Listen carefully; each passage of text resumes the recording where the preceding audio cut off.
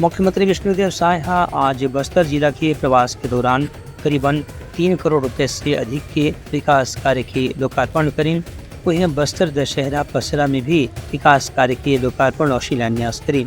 यहाँ दंतेश्वरी मंदिर के पास पुराना तहसील कार्यालय के जीर्णोद्धार पर भी मुख्यमंत्री आर्थिक धनराशि की घोषणा करी है।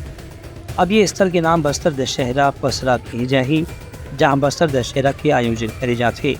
मुख्यमंत्री पसरा में बस्तर दशहरा की विभिन्न रस्म के फोटो प्रदर्शनी, प्रतीकात्मक रथ, देवी देवता के प्रतीक के भी अवलोकन करके जब तैयारी करेगी और काफ़ी सराहना करी और यहाँ आसपास में फोटो भी खिंचवाए की व्यवस्था करी।